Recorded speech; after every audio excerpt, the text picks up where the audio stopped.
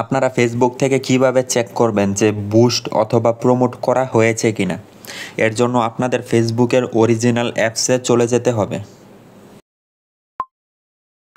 তারপর উপরে ডান দিকে কর্নারে ক্লিক করতে হবে।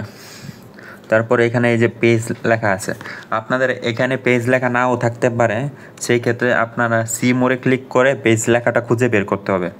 আমি আমার এই পেজের অপশনের মধ্যে ক্লিক করে দিচ্ছি। তারপর আমি আপনারা আপনাদের পেজের মধ্যে চলে যাবেন, কোন পেজটা আপনারা বুস্ট করিয়েছেন।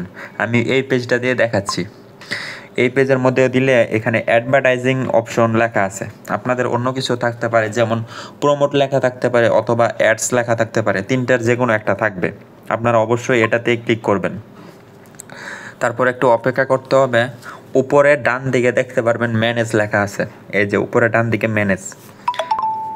এই ম্যানেজের মধ্যে আপনারা ক্লিক করবেন। এই যে দেখতে পাচ্ছেন যে ফিনিশ ইন 7 ডেজ, মানে উনি হচ্ছে 7 দিনের জন্য বুস্টটা করিয়েছেন। তারপর আপনারা ভিউ রেজাল্টে দিবেন।